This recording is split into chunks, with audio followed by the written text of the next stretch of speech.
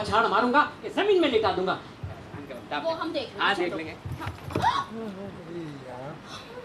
नहीं वो हम तो जा रहे थे, वो कहीं नहीं, मतलब तारीफ कर रहे थे आपकी कि आप जैसा कोई पहलवान नहीं आसपास के इलाकों में, ऐसा कह रहे थे हम तो। कहाँ जा रहा है मेरी बहन को लेके? वो मनिहार फिल्म का पोस्टर रिलीज हो रहा है ना, हम वहीं जा रहे थे भैया। हाँ भैया हम लोग वहीं जा रहे थे। यही तो हो रहा है, मैं वहीं आया हूँ। चले हम? बिल्कुल चाहिए।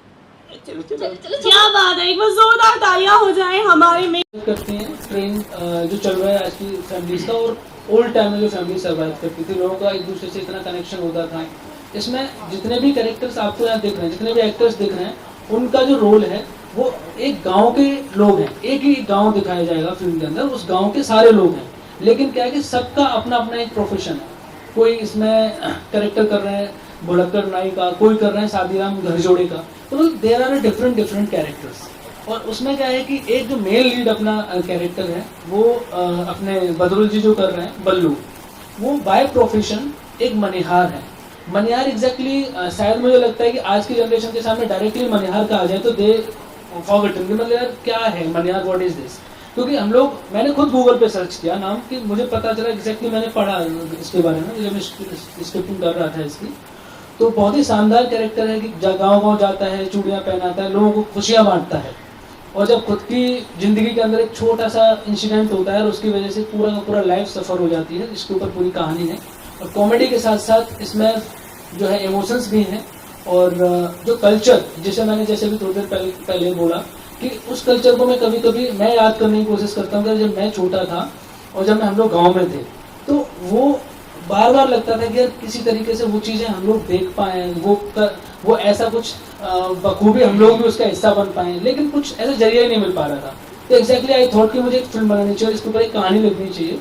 तो बहुत ही शानदार कहानी है पुराने कल्चर को लेकर के, ऐसी ऐसी चीज़ें, ऐसी ऐसी पुरानी चीज़ें जिन्हें शायद आज के लोग देखेंगे they will be shocked. Like कि जैसे कि पहले फिल्में आती थी, जैसे सर ने बताया थोड़ी देर पहले गोरा काला, हम एक फिल्म बहुत हिट हुई थी मदर इंडिया, उसके अंदर बहुत कुछ ऐसी चीज़ें दिखाई थी। कहानी तो थी उसके अंदर, बट कहानी के साथ साथ जो लोग कनेक्ट हुए थे उन चीज़ों से, क्योंकि वो आज के टाइम में कहीं है ही नहीं, प्रेजेंस ही नहीं करती है, लेकिन उनका हम लोग प्रेजेंस दिखा करके एटलीस्ट आने वाली जनरेशन को, इस दशक की जनरेशन को हम बता पाएंगे कि ये चीज़ें होती थी।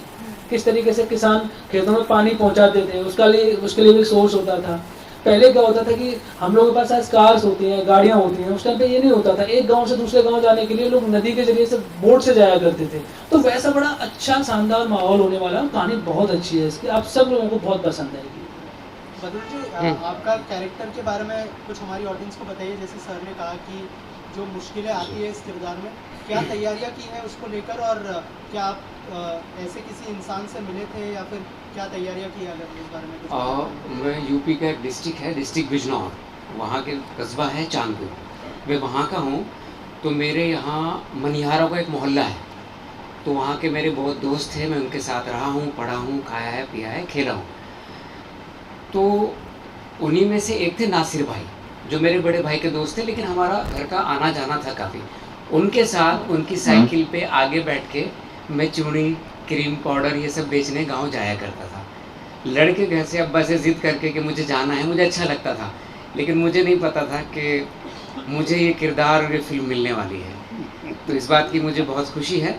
तैयारी तो है वहाँ से, लेकिन फिर भी एक्टर तैयारी करता है, और तैयारी करता हूँ, और चीज़ें खोजता हूँ। जब भी कुछ मिलता है मैं संजीव जी को फ़ोन करता हूँ, सर ये मिल गया, सर ये मिला, स्क्रिप्ट में ये मिला, किरदार में ये मिला, उनके किरदार में ये मिला। तो वैसे कोशिश कर रहा हूँ। रोशनी जी, सेम किरदार को लेकर थोड़ा सा बताइए, और क्या तैयारियां की है आपने अपने किरदार को लेकर? देखिए, एक्टर होने के नाते सब अपने कैरेक्टर को लेकर तैयारियां करते हैं। मेरी भी तैयारियां चल ही रही हैं।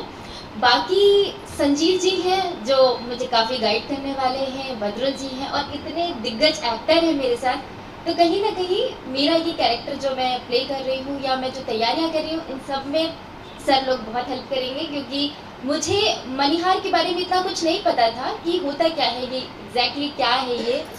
तो काफ़ी चीज़ें मुझे संजीव जी ने बताई, तो आई होप कि मैं अपना बेस्ट दूंगी।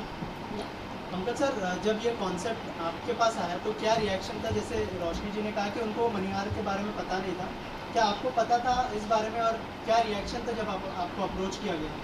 मेरा पहला रिएक्शन यही था कि यस मैं फिल्म करूँगा, क्योंकि मैं हमेशा मेरी कोशिश यही होती है कि अच्छे प्रोजेक्ट से जुड़ा जाए जिसमें कंटेंट हो। बेसिकली जैसा संजीव भाई ने बताया कि आजकल सबसे बड़ी जो कमी है वो कंटेंट की है। तो ये बेसिकली किसी, मेरे हिसाब से, हर इंसान की अपनी सोच होती है, मेरे हिसाब से दो चीज़ें बहुत इम्पॉर्टेंट होती हैं किसी भी प्रोजेक्ट में, अच्छे प्रोजेक्ट में कामयाबी के लिए। एक तो पहली बात होती है द मोस्ट इम्पॉर्टेंट थिंग कि कंटेंट, आपका कंटेंट कितना मजबूत है। एंड सेकंड थिंग जो सबसे इम्पॉर्टेंट होती है, सेकंड इम्पॉर्टेंट, परफॉर्मर्स। ये दो चीज़ें सबसे इम्पॉर्टेंट होती हैं और दोनों चीज़ें इस फिल्म के अंदर हैं, तो बहुत अच्छा होने वाला है, बहुत बढ़िया होने वाला है। और जहाँ तक मेरा इस फिल्म से जुड़ने का सवाल था, फिर मैंने जैसा पहले कहा कि कंटेंट सुन के मुझे बड़ी खुशी हुई, मुझे सब्जेक्ट बहुत अच्छा लगा, मुझे लगा मैं बिल्कुल करूँगा। थोड़ा अलग हटके करने का मौका मिल रहा है। सर आप क्या जी,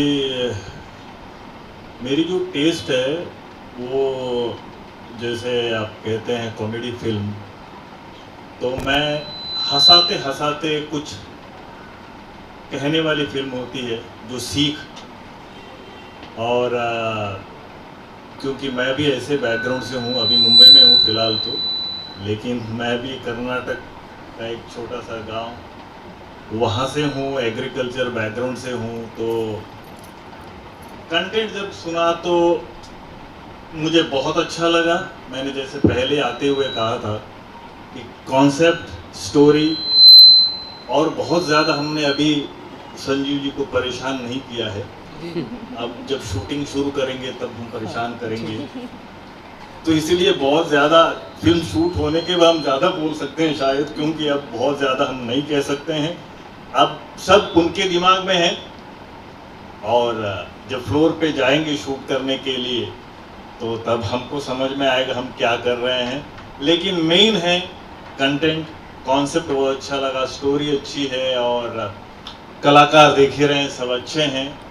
तो मुझे पूरी उम्मीद है कि बहुत अच्छी फिल्म बनेगी और आप लोगों को एक अच्छी फिल्म देखने को मिलेगी। जी सर, मेरा सवाल आपसे, एज ए प्रोड्यूसर सर कितना इम्पोर्टेंट है इस तरह के सब्जेक्ट को बैक करना और सबके सामने लेके आना, क्योंकि जैसे पहले भी बात हो रही थी कि रिस्क है आजकल सिनेमा बनाने में, लोग थिएटर में नहीं पहुंच रहे, तो एज ए प्रोड्यूसर कितना इम्पोर्टेंट था इस तरह के सब्जेक्ट को बैक करना?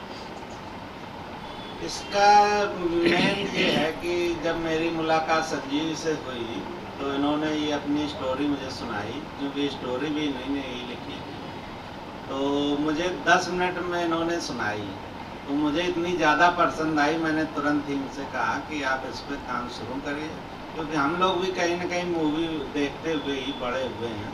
तो हम लोग चाहते हैं कि रियलिस्टिक मूवी बनाई जाए। तो मुझे इसमें लगा कि निश्चित मुझे सफलता मिलेगी, और मुझे इसमें रिस्क दिखाई नहीं दिया कि मैं कहीं ना कहीं नीचे जाऊंगा। निश्चित लगा कि ये अच्छी दर्शकों की एक अच्छी ओपिनियन हमको मिलने वाली है।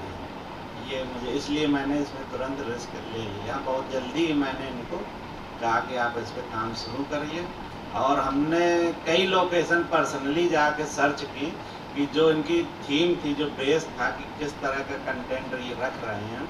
तो इनको हमने वीडियो बना के भेजे लोकेशन पे जाके कि आप देखिए एक्चुअल आपके कैरेक्टर के अनुसार गांव मिल रहा है। तो इन्होंने 5-6 जो मैंने सर्च करके दिए, तो उन्होंने कहा कि ये बेस्ट रहेगा। फिर इनको मैंने दिखाया ले जा करके, इन्होंने फाइनल किया। तो हम लोग चाहते हैं कि जो हम लोगों की थीम है उसी बेस्ड गाँव में इसको जल्द से जल्द शूटिंग करें। अब हम लोगों ने इसको 29 अक्टूबर से लेकर के 11 दिसंबर तक इसको हम लोग विभिन्न यूपी के लोकेशनों पर जाके शूट करें।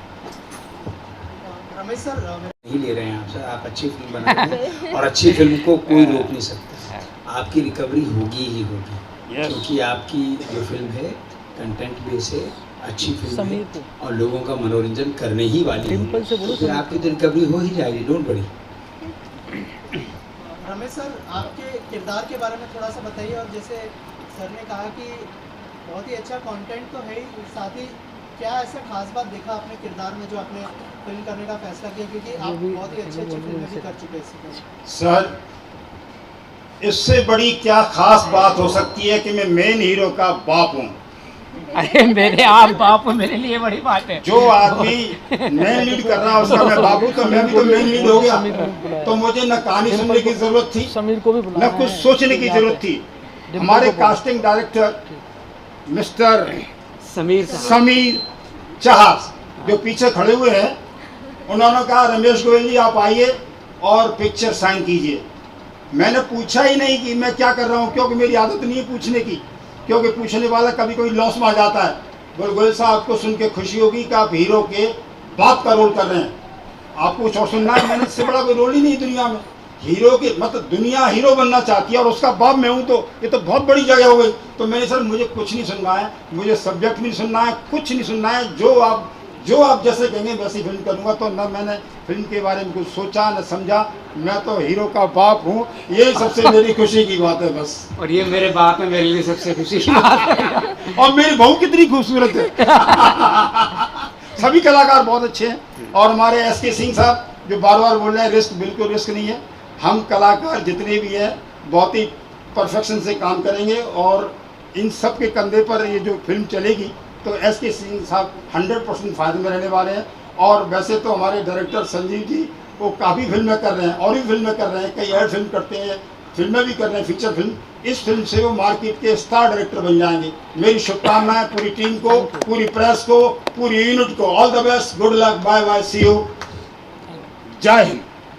मूवी का है जो कि बहुत ही इंटरेस्टिंग है और लोगों को बहुत कनेक्ट करने वाला है। जो बहुत पहले हम लोग, जब मैं छोटा था तो रेडियो पे हम लोग वो गाने सुना करते थे, मतलब बहुत कनेक्टेड सॉन्ग होते थे। तो वैसा ही इसमें सॉन्ग्स रखे हैं हम लोगों ने, बहुत ही अच्छे सॉन्ग्स हैं। 2 सॉन्ग्स हैं फिल्म के अंदर, एक टाइटल सॉन्ग रहेगा, 3 सॉन्ग हैं फिल्म के अंदर ओवरऑल। एंड बाकी का तो सर ने बताया ही है कि ये सब हम लोग सब जो है पूरी टीम है और टीम के साथ में जो काम करने वाले हैं, अच्छा बनाने वाले हैं, जो लोगों को बहुत पसंद आएगा जो सिनेमा हम बना रहे हैं। और अभी भी मैंने काफ़ी फिल्में अभी की हैं, अभी एक फिल्म मेरी और नवंबर में रिलीज़ हो रही है 2 अजनबी की, और उसके साथ कंटिन्यूसली मैं काम कर रहा हूँ। मेरा कोशिश यही है कि अच्छे से अच्छे कंटेंट बनाए जाएँ और ऑडियंस को दिए जाएँ जिससे कि लोगों को मजा आए। और पैसा जो खर्च करते हैं लोग तो एटलीस्ट गाली दे के बाद ना निकले, ये सोच के निकला कि हाँ यार अगर हम लोगों ने पैसा खर्च किया है तो हम लोग एंटरटेनमेंट के लिए पैसा खर्च किया और हम लोगों को वो मिला है। और एक ही शेड्यूल में फिनिश करोगे, स्टार्ट टू फिनिश?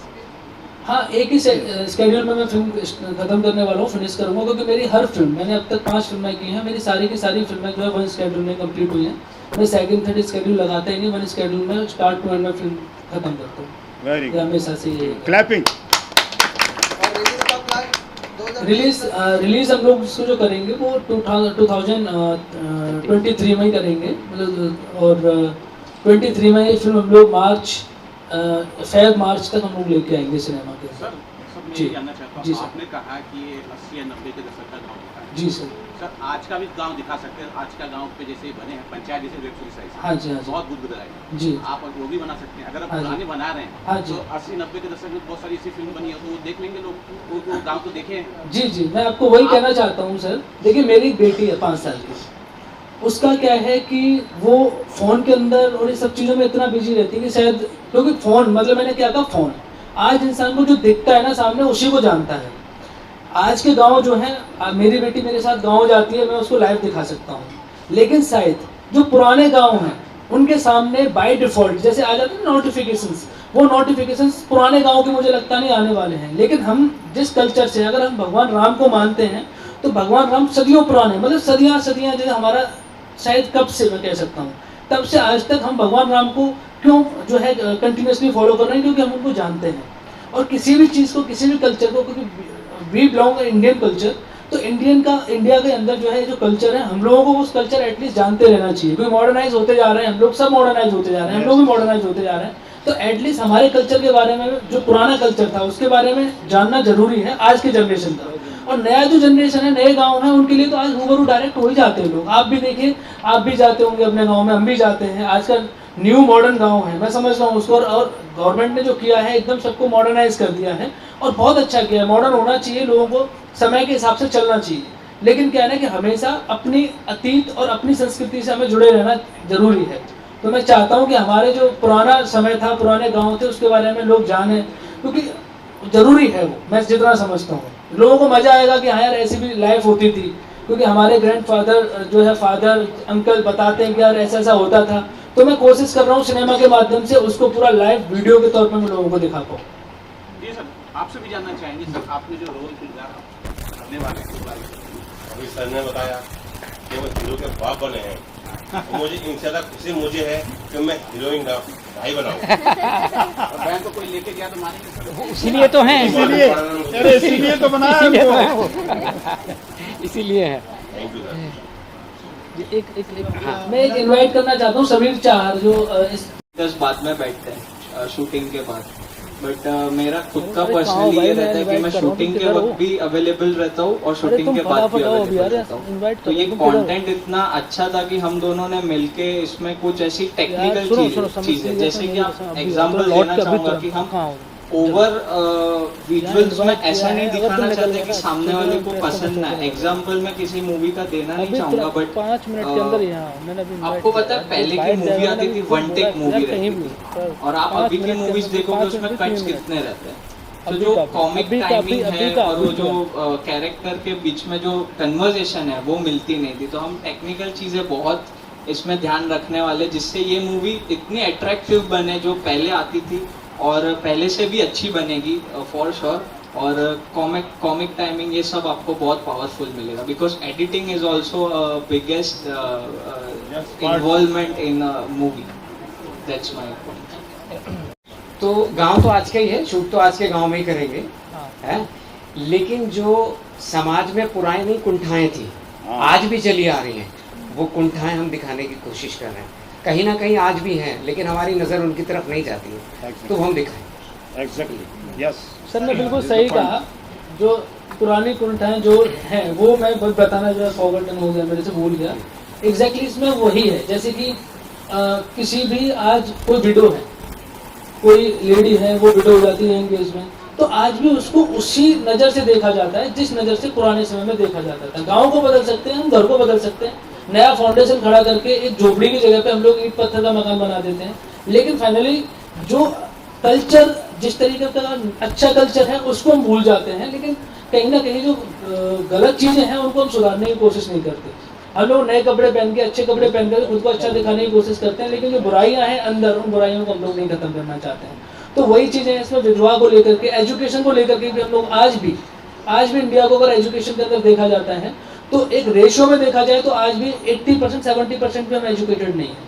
क्यों? उसका रीज़न क्या है कि कहीं ना कहीं हम लोग कनेक्ट ही नहीं है आज के मॉडर्न टाइम से। मॉडर्न गांव बना दिए गए हैं, लेकिन मॉडर्नाइज चीज़ों से हम लोग आज भी कहीं ना कहीं वाकिफ नहीं है। तो वही है कि इसमें एजुकेशन को लेकर के और भी बहुत सारी चीज़ें हैं। जैसे आज का कल्चर, गाँव में सब कनेक्ट रहते थे, ना कोई हिंदू है, ना कोई मुसलमान है, ना कोई जाति, ना कोई मत, ना कोई भेदभाव। तो वही चीज़ें हम लोग इसमें लेके जा रहे हैं और कंटिन्यूसली हम लोग काम कर रहे हैं इसी स्क्रिप्ट पे। सर मैं ये भी जानना चाहूँगा, जब आप पुराने गांव दिखा रहे हैं, हाँ जी, आज का जो गांव है सब पूरी तरह से बदल चुका है। हाँ जी, मड़ई आपको दिखने को नहीं मिलेगी। हाँ जी, पगडंडी जो कि मोदी जी और योगी जी के राज में बहुत सारा जी, पगडंडी हट गई है, जी, मड़ई हट गई है, हाँ जी, बैल भी आपको शायद वहाँ नहीं मिलेंगे। तो सर उस तरह का आप लोकेशन, जैसे सर ने कहा मैंने जी, लिया जी, है, किस कहाँ मिला सर ये? जी, यही तो है कि एग्जैक्टली क्या है कि आपका एकदम यू क्वाइट राइट कि ये चीज़ें कहाँ मिलेंगी। तो वही हम लोगों ने सर्च किया है एग्जैक्टली। उससे गवर्नमेंट के लिए भी एक मैसेज जाएगा कि अभी और बचा है थोड़ा। उन्होंने 99% किया है, लेकिन अभी जो 1% बचा है ना, हम लोग वहाँ पहुँच गए। एग्जैक्टली आपने कहा मड़ई नहीं मिलेगी, वी फाउंड। आपने कहा कि वहाँ बैल नहीं मिलेंगे, वी फाउंड एवरीथिंग। लाइक आप सोचिए कि जब पहले ये चलते थे ना, बाहर घूमता, बोलते ना, आज की एक कहावत होती है, अरे भाड़ में जा। बट भाड़ में जाना और भाड़ बोल देना बड़ा आसान है, बट वो भाड़ होता कहाँ है एग्जैक्टली? वो एक प्लेस होता है जहाँ जैसे जैसे फसल कट जाया करती थी तो सब लोग अपना अपना अनाज लेके जाते थे। तो आज तो पॉपकॉर्न हम कहीं भी खा लेते हैं, लिए 10 रुपये का।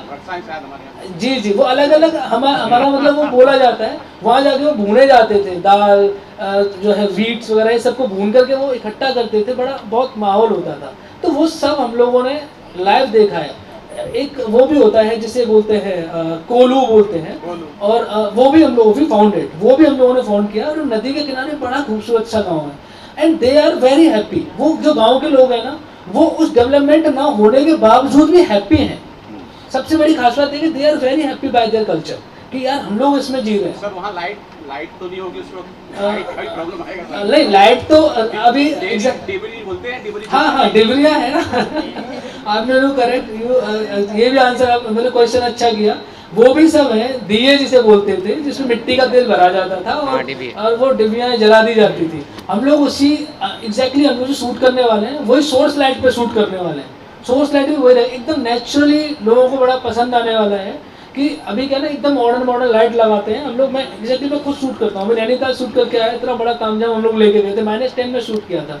लेकिन अभी जो मैं गाँव जा रहा हूँ, एक टिपिकल गाँव है, वहाँ शायद हो सकता है हम लोगों को किसी जो धर्मशाला में रुकना पड़े। Exactly this is the thing, क्योंकि वहाँ से 40-50 किलोमीटर दूर होटल्स हैं और वहाँ से हम लोग डेली ट्रैवल भी नहीं कर पाएंगे। बट कोशिश हमारी है कि हम अच्छे से अच्छा करना है, क्योंकि अगर कंटेंट बनाना है और सिनेमा अच्छा बनाना है तो हम लोगों को मेहनत करनी पड़ेगी। और उसके लिए हम वी आर वेरी रेडी। और जो एक्टर्स मैंने लिए हैं, सारे एक्टर्स, इन सब लोगों ने बहुत ही टिपिकल लोकेशंस पे भी काम किया और अच्छे कंटेंट्स पे काम किया।